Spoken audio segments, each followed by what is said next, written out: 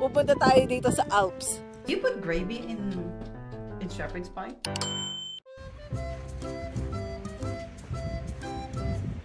Hi guys! Good morning! Ako nga pala si Divina Robertson at married to my very handsome husband. Wow! At ito si Cookie.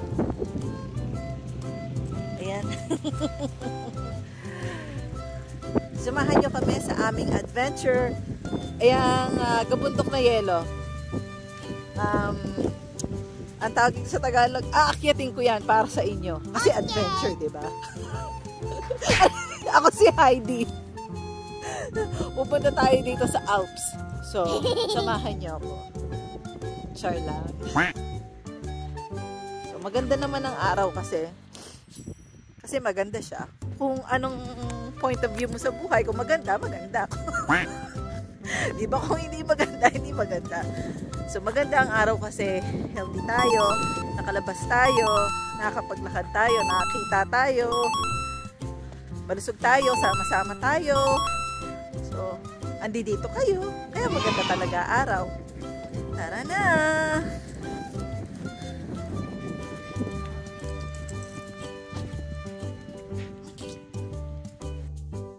Dahil naman po, laging nakikita sa vlog si Cookie, maikli ang story lang po kung papaano dumating si Cookie sa buhay namin. So, dalawa po ang anak kong kambal na lalaki at nung 3rd grade po sila, tinuruan silang gumawa ng email at nag-send po siya sa akin ng email. Ang nakalagay po sa email ay gusto niya magkaroon ng aso at naglagay siya ng maraming reasons bakit siya dapat magkaroon ng aso. Yun nga po yung matututo siyang magpakain, gumising ng tama sa oras kasi yung aso kailangang lumabas para magbanyo. Tapos matututo siya na ang aso maraming pangailangan, kailangan mo tong bigyan ng oras para rin makipaglaro at iba pang maraming dahilan. At yun po, at kaya dumating sa buhay namin si Cookie.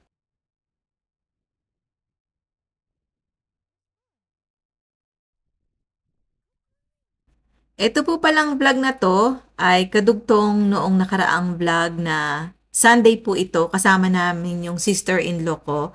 So, pagkatapos po namin ilakad-lakad si Cookie, sumama po siya sa tita niya. So, ayan po, kung tatanungin niyo nilalamig si Cookie, ang sagot po ay makikita niyo naman. Kasi kung nilalamig siya, hindi niya na po gugustuhin magpunta dyan.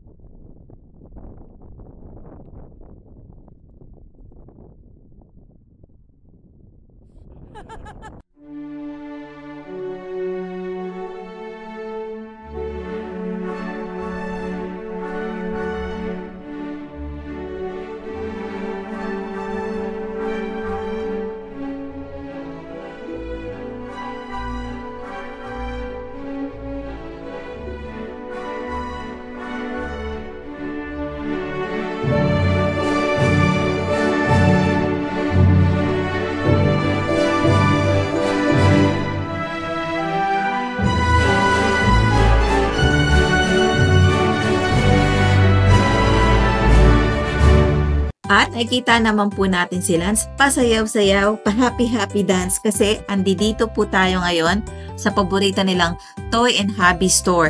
At anong ibig sabihin pag nasa Toy and Hobby Store ka? Alamin na yan. At ito po, binili to ni Mushi kasi nainggano siya kasi si Lincoln bumili siya ng micro Lego. Ito rin, binili namin kay Lincoln kasi yung texture niya parang si Cookie talaga siya. Sobrang lambot. Ang sarap niya hawak-hawakan. At ito po, maikli ang chika lang sa inyo. Itong mga stuffed toy na to, nung bata po ako, mahirap po talaga ang buhay namin nung hindi pa nag-a-abroad yung tatay ko. Wala po akong stuffed toy. Pinangarap ko pong magkaroon ako ng stuffed toy. Hindi ko na matandaan. Parang grade 3 yata ako, grade 2 nung nagkaroon ako na grade 5 ng kauna-unahan kong stuffed toy. Niregalo po ng tito at tita ko, naalala ko pa yon, yung pink ko na stuffed toy na pinicturean pa nila ako. Sobrang grabing ngiti ko. Pag nakita nyo sa picture, yung bunganga ko talaga sumayad na hanggang taenga ko sa sobrang grabing ngiti. Kasi sa batang gustong-gustong magkaroon ng laruan, sa sobrang napakahabang panahon na finally nakamit niya na yung stuffed toy na gusto niya, ay tuwang-tuwa po ako. At eto naman, may mga maliit lang na collection nito si Mushi na binili namin nung nagpunta kami sa Japan. Ito, isa sa paborito namin ni Mushi, si Doraemon. Gusto talaga namin yan. Yan, gusto magbuo ni Mushi ng mga ganyan. It's a quick. You want to quick Pikachu. And all the colors are plastic. So it's so simple. In fact, the instructions are printed on the inside of the box.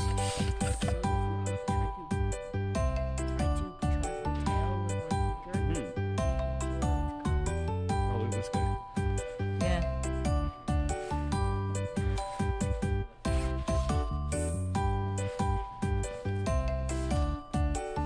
Okay, go.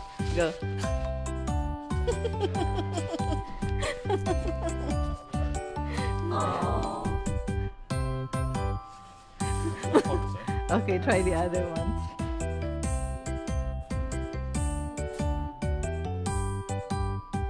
Now you have a new job.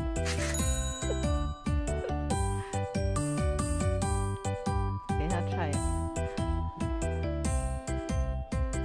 Make it look like as if it's talking to us. It's actually my hands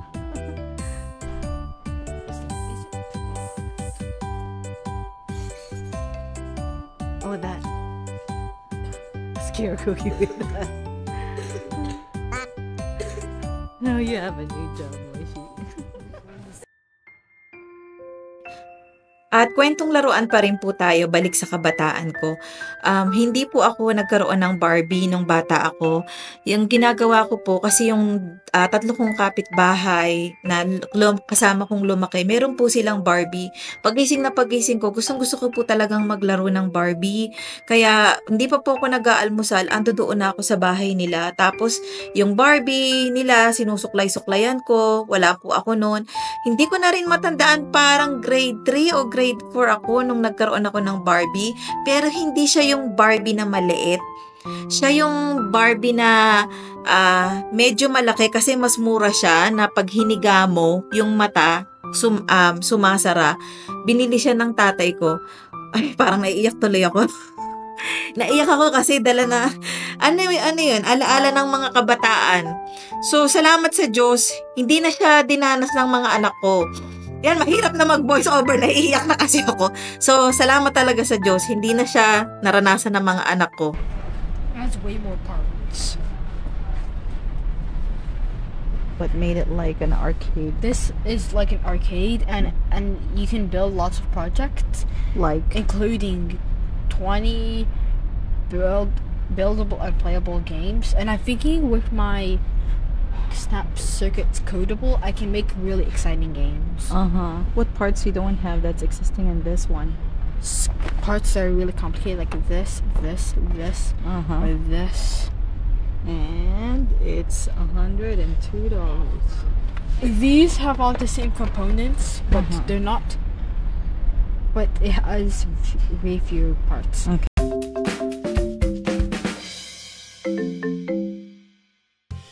It's luto time! Kung hindi mo alam ang lulutuin mo, magluto! Magluto na tayo! So, magluluto ako ngayon ng shepherd's pie. At sa mga hindi nakakaalam kung ano yun, syempre, panoorin nyo para malaman nyo. At eto, meron ako ditong sausage. Ayan, idadagdag ko to sa iluluto ko. At, ang ating biyanan ay may paayuda. Dito pala sa Canada, sa mga hindi nakakaalam, ang patatas ay nasa bag, paper bag. Tapos, nakatahi siya. Ganyan.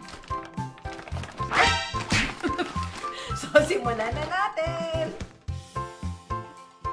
So, gusto ko pong malaman sa mga mommies dyan kung may mga oras po ba na marami tayong iluluto pero hindi natin alam for that moment kung ano yung recipe na iluluto natin.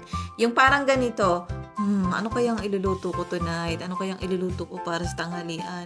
Yung mga ganon, please comment down below kung may mga moments kayo na hindi nyo alam kung anong iluluto nyo for that moment.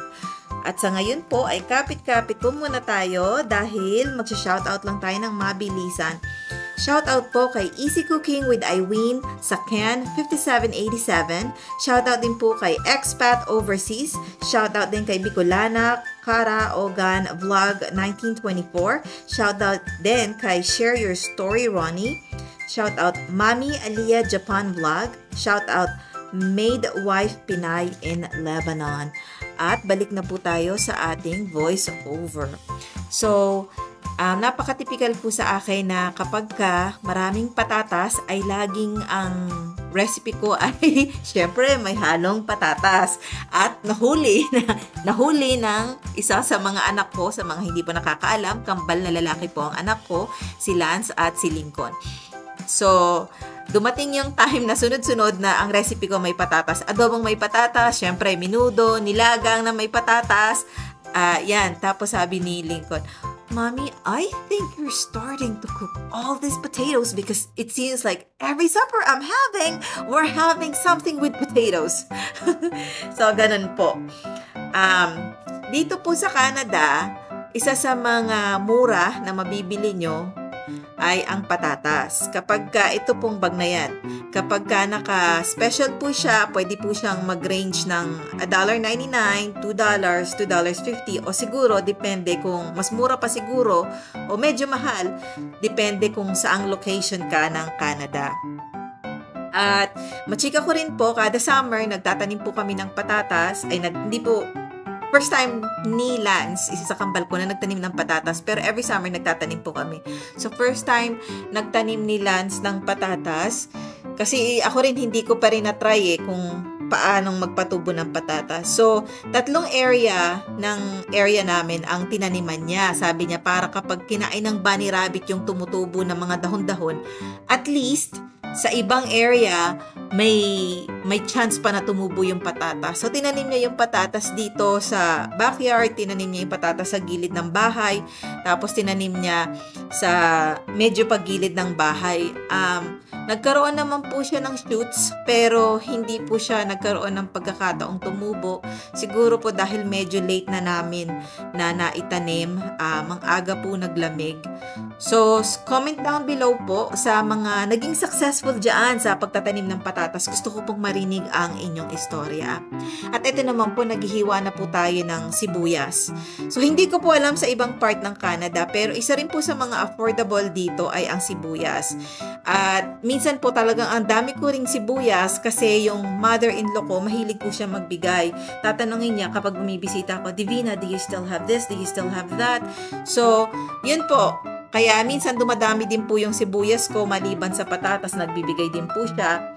At para sa akin kasi, masarap tong sibuyas na to kasi po may iba-ibang sibuyas, mayroong yellow onion, may sweet onion, diba? Tapos may red onion din. Gusto ko yung lasa nito pagka marami siya sa pagkain. Kaya, the more diba? The more the merrier. Yan ang ganap natin, maghiwa-hiwa ng sibuyas. At alam nyo po ba, lagi na lang akong naiiyak kapag naghihiwa ako ng sibuyas.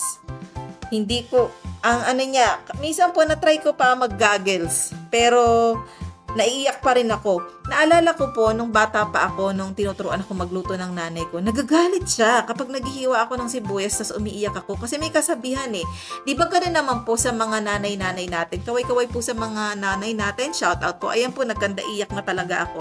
Panay alis ko po. Kasi naiyak na ako ng bonggang-bongga. Nagagalit yung nanay ko, sabi niya, hindi mo dapat iniiyak ka ng paghihiwa ng sibuyas. Sibuyas lang yan. Parang, Nay, alam mo, bawal ka namang sumagot, di ba? Kasi pag sumagot ka, sasagot ka pa. Pag hindi ka naman sumagot, ngayon, sumagot ka. Parang magulo na tong sitwasyon na to, So, hindi ko na, may molecules yung sibuyas na nakakapagpaiyak. Hindi ko yan makokontrol. So, may kasamahan ako noon na ang sabi niya, kailangan daw yung kutsilyo ilagay sa yelo para kapag hindi ka iiyak sa sibuyas. Hindi ko po alam, hindi ko naman tinry. Pero sa akin, okay lang naman na umiyak kasi hindi naman habang buhay iiyak saglit lang naman yung paghihiwa ng sibuyas. Pagkatapos mo hiwain yung sibuyas, di ba? Igigisa mo na siya, i-on mo yung exhaust fan, kaya okay lang. So, mabalik na po tayo sa ating niluluto. ito pong shepherd's pie ay gusto ko po siya at gusto rin ng pamilya ko. Niluluto po siya ng ayan po yung bakang ground beef na gagamitin ko ay frozen pa. Nung baby po kasi, yung mga anak ko, mabait po kasi yung mother-in-law ko, nag-ano po siya, presenta na doon muna kami sa kanila. Tapos, syempre, ang mga niluluto niyang pagkain, mga Canadian, nandiyan nga yung merong roast beef, etong shepherd's pie, may meatloaf, kalimitan ng niluluto niya ay puro beef. Yun. So, nagustuhan ko siya. Tchadan! Ayan na po yung mashed potatoes. So, explain ko po ang shepherd's pie. Giniling na karne, tapos mashed potato. So, ang mangyayari po, dapat meron ka munang gravy. Pagkagawa mo ng gravy, ilalagay mo siya sa isang baking pan. So, ayan yung baking pan mo, ilagay mo na yung gravy, ilagay mo na yung ground beef mo, ilagay mo na yung mashed potato mo. Ganun po yung sitwasyon. Sa akin po, ginawa ko, nilagyan ko po ng 2 layer giniling mashed potato. Nilagyan ko po ng sarili kong twist. Kasi alam ko rin po na ang mag-aama ko ay mahilig sa cheese. Kaya kung ano po yung gusto nila, nilagay ko po. So yun, nilagyan ko ng cheese. Tapos inulit ko uli yung proseso. Parang lasagna, pinag-layer ko po siya. Nilagyan ko uli ng giniling mashed potato, tapos cheese. Tapos nung inalis ko po siya sa oven, nilagay ko po siya uli sa oven. Nilagyan ko ng cheese. Ayun po ang nangyari. So, ito po, napakasimple lang niyang iluto. Hindi po ako talaga nagmamash ng potato kasi bumibili po kami ng powdered mashed potato na ready na magawa galing sa Costco. Pero this time, mas minabuti ko po na fresh potato talaga ang gamitin ko kasi mas masarap siya na ganito kasi isasama mo siyang i-bake eh.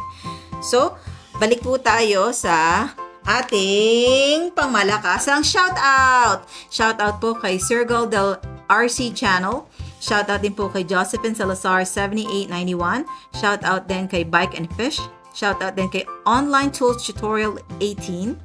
Shoutout din kay Jojo_mix_vlog. Shoutout din kay Yan Sirico Oman Bisayang Alaagan. Ayan po, kung gusto nyo rin pong magpa-shoutout o kung may babatiin po kayo ng ipapabati nyo po happy birthday, congratulations, ay mag-comment down lang po kayo sa baba. At sa mga nakapag-try naman po ng shepherd's pie, i-comment nyo rin po kung ano po yung version nyo ng shepherd's pie. Kasi sa katunayan, ang ginawa ko dito po sa shepherd's pie na to ay ginawa ko pong yung version ko. Yun po. At mabalik po tayo, konting chika lang naman. Chika, noong bata po kami, ang kalimitan po, nung batang-bata po kami, ang kalimitan na niluluto ng nanay ko, Lunes hanggang Sabado, kalimitan gulay at saka isda. More on gulay kasi nung mga panahon na yon, ang super affordable po ay gulay. Tapos isda, second siya sa more affordable. Tapos, linggo, walang pasok yung tatay ko. Doon po kami kumakain ng karne, ng baboy. Paborito po ng tatay ko noong niluluto ay sinigang. Noong bata pa po ako, ay mahirap po talaga ang buhay namin. Nakatira po kami sa, yung lola ko po, ang bahay niya sa Malangit Nawa. Ang bahay niya po ay taas-baba. Nakatira po kami sa may baba. Kasi po, hindi pa po namin kayang mag-afford na lumipat o mangupahan sa sarili naming bahay. 3 po kaming magkakapatid. Yun po ang chika ng aming buhay. So, naalala ko pa nga po noon nung bata po ako, kumakain pa po kami nung seaweed grapes, yung ba ang tawag doon. Nakikita ko yun sa YouTube yung mukha siyang grapes pero galing siya sa dagat. Tapos ang gagawin ng nanay ko, magtatadtad siya ng kamatis, ng sibuyas, kakainin namin yon kasama nun. Masarap po siya. Tapos chika din po sa mga hindi pa po nakakapag-try kung hindi naman yung paano ko ba explain? Sa mga nakapag-try na po, comment down below kung nagawa niyo po ito noong bata po kayo.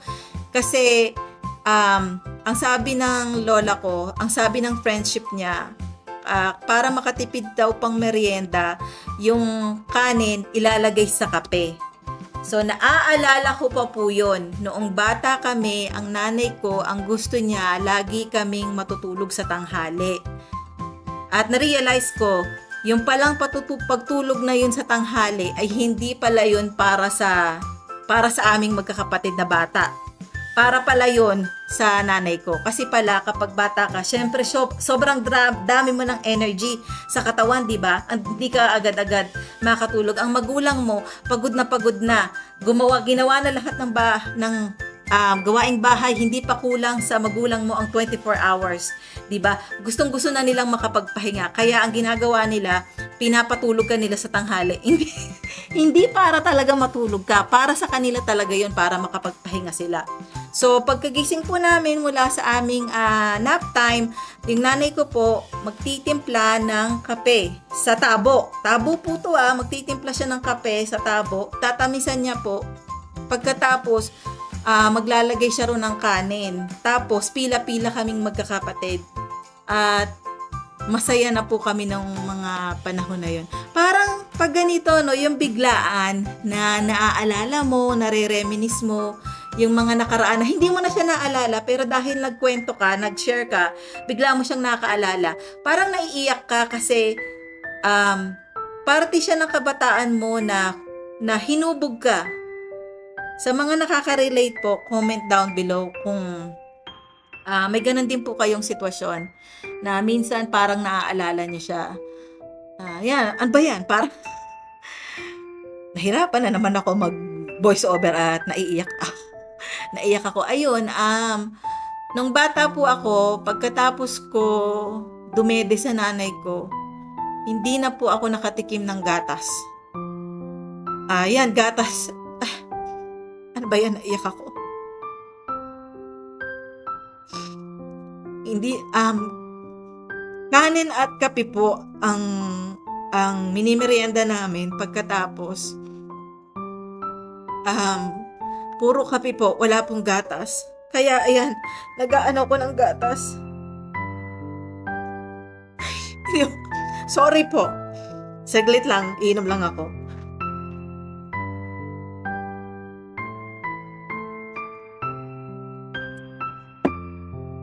Hindi po ako naiiyak na nalulungkot na alam ko po na part to ng kabataan natin na humubog sa atin, na pinalakas tayo. Kasi kailangan talaga natin yun na maging matatag. Kasi tulad ko, marami akong pinagdaanan.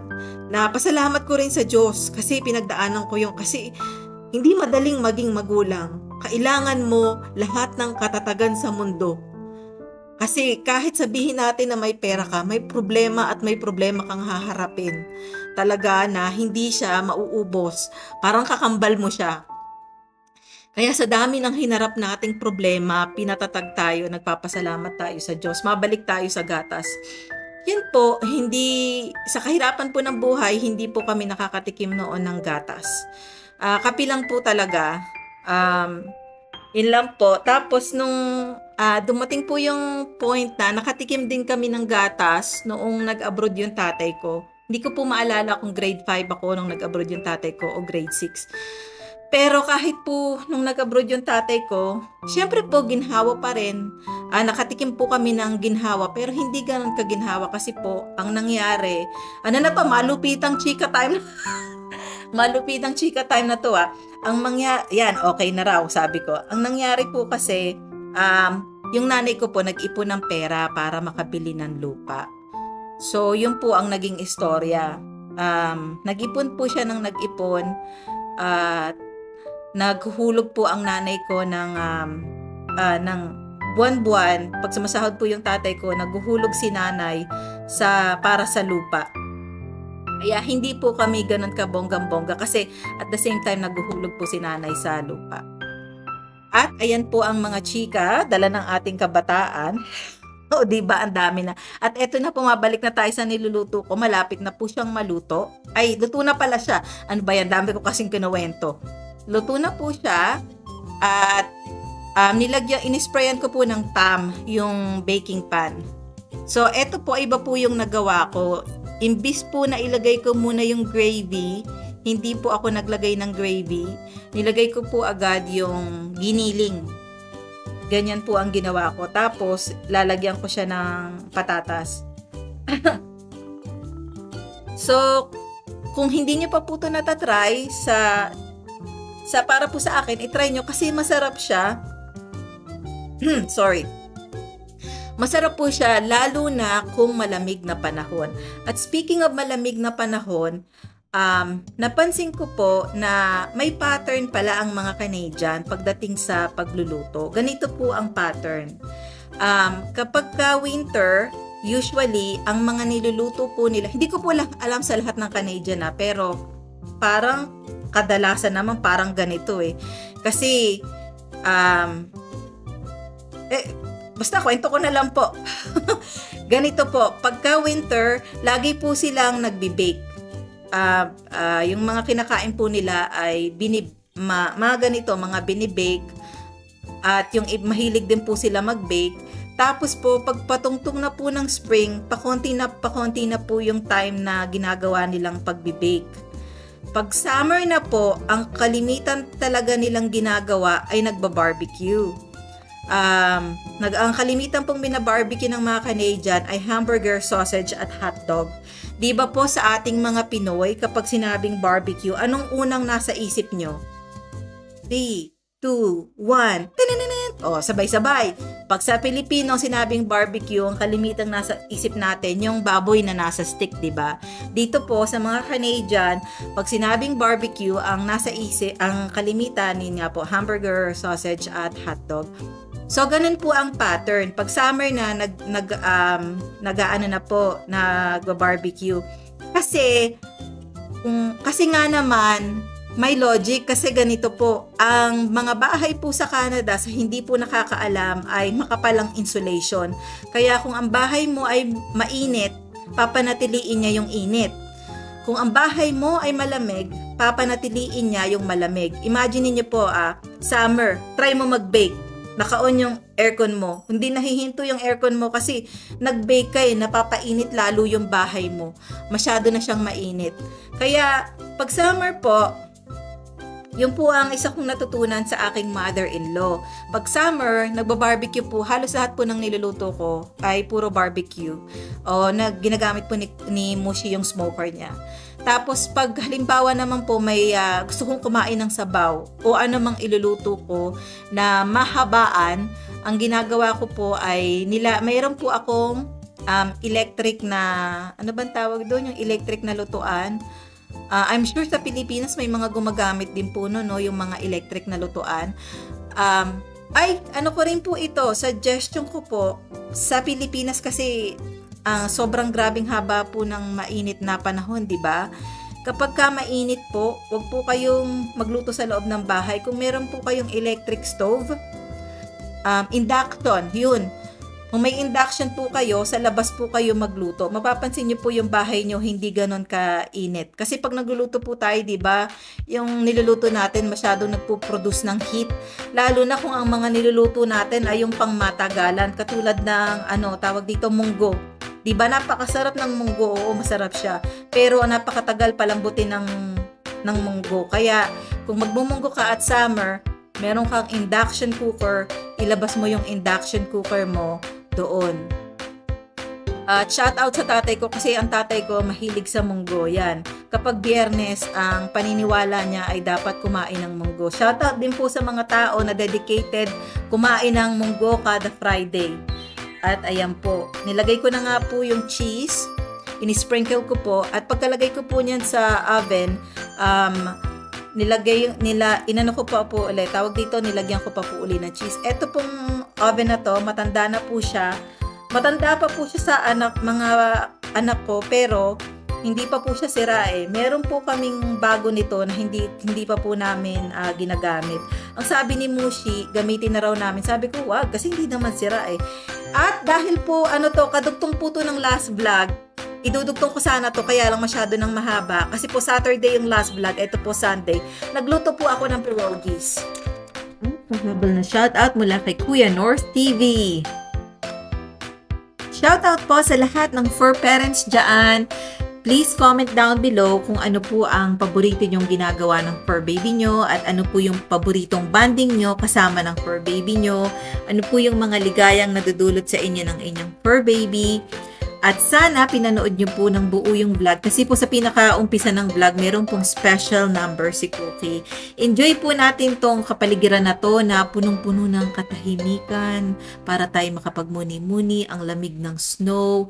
I-enjoy po natin siya.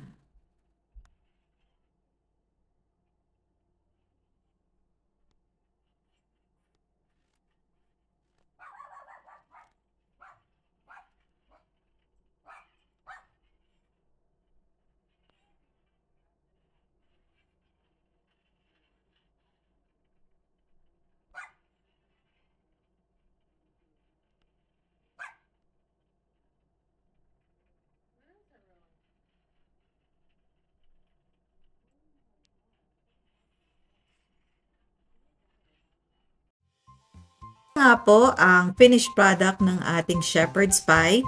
So makikita nyo po yung pinakaibabaw ay golden yellow. Kasi after ko po siyang mabake, ang ginawa ko po ay nilagyan ko po siya ng mas maraming cheese. Tapos binalik ko po siya sa oven. Tapos ginawa ko pong broil para matoast po yung cheese sa ibabaw. So ayan, pag angat po makikita nyo layers po yung cheese. Masarap na masarap po siya. Sa mga, kung hindi niyo po gusto ng patatas, siguro po masarap din kamote o kaya saging. Eto na guys, yung shepherd's pie. Ang shepherd's pie, sa mga hindi nakakaalam, yung mashed potato, tapos meron siyang ground beef na ginisa, at titikman na natin. So, yun pala, ground beef na ginisa sa sibuyas. Kung gusto mo ginisa sa sibuyas, sasasayo yun. Pagkatapos, lalagyan mo siya ng mashed potato sa ibabaw. Usually, isang layer lang siya, pero ako ang ginawa ko, 2 layer. Tapos, nilagyan ko ng cheese. Tapos, binake ko siya sa 375 degrees sa loob ng si Cookie na gan. Sa loob ng 20 minutes. At titikman na natin. Sobrang init.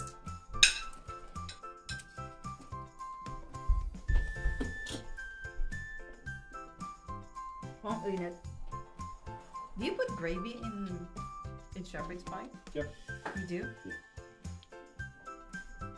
Tastes good? Oh, it tastes really good. Alright. I'm just thinking that It tastes different though, right? Yeah. So, naalala ko. Pinapanood ako ni Cookie. Kailangan niya pala ng gravy. So, ang shepherd's pie, kapag nagpunta ka sa Canadian restaurant, typical siya na makikita mo sa menu. Please waiting for some. So, gagawa ko ng gravy kasi nakalimutan ko. Samahan niyo ako.